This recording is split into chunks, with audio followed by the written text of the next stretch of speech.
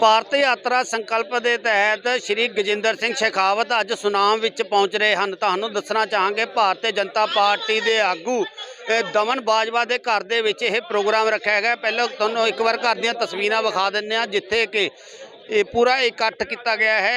इकट्ठ ਦੇ ਵਿੱਚ ਤੁਸੀਂ ਦੇਖ ਸਕਦੇ ਹੋ ਕਿ ਲੋਕ ਜਿਹੜੇ ਮੰਤਰੀ ਸਾਹਿਬ ਦਾ ਸਵਾਗਤ ਕਰਨ ਦੇ ਲਈ ਇੱਥੇ ਇੰਤਜ਼ਾਰ ਕਰ ਰਹੇ ਹਨ। ਕੁਝ ਟਾਈਮ ਦੇ ਵਿੱਚ ਹੀ ਇੱਥੇ श्री गजेंद्र सिंह शेखावत पहुंचणगे, ਉਹਨਾਂ ਨਾਲ भी गल करते हैं। 2047 तक भारत को विकसित करने के संकल्प को लेकर पूरे देश में एक चेतना का व्याप करने के लिए और साथ साथ में ये विश्वास रखते हुए कि देश के सामान्य मानवी के जीवन को परिवर्तित किए बिना, या मैं कहूँ कि उसको मूलभूत आवश्यकताओं की चुनौती के से पूर्ति के किए बिना, उस संघर्ष से बाहर निकाले बिना देश को विकसित भारत नहीं बनाया जा सकता। इन दोनों आवश्यकताओं की प्रतिपूर्ति के लिए पूरे देश भर में विकसित भारत संकल्प यात्रा का आयोजन किया जा रहा है।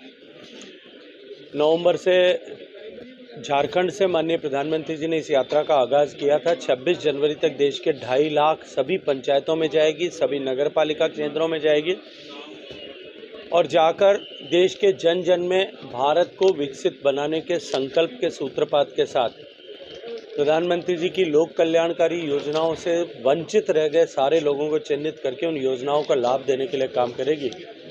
आज सुनाम में आयोजित यात्रा का आयोजन हुआ है। कार्यक्रम का हज़ारों लोगों की उपस्थिति में कार्यक्रम का आयोजन हुआ है और जिस उत्साह के साथ में देश भर में इस यात्रा के साथ में लोग जुट रहे हैं, मैं ये मानता हूँ कि ये यात्रा पूर्ण होने के बाद में जो संकल्प की शक्ति खड़ी होगी, जो सृजित होगी, वो देश के को विकसित बनाने की दिशा में एक नए युग का सूत्रपात करेगी।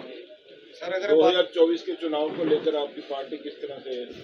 देखिए, माननीय नरेंद्र मोदी जी को देश का प्रधानमंत्री पुनः बनाने के लिए देश भर की जनता संकल्पित है और मैं पूरे देश भर में जो प्रवास करने का अवसर मिलता है उसके आधार पर कह सकता हूँ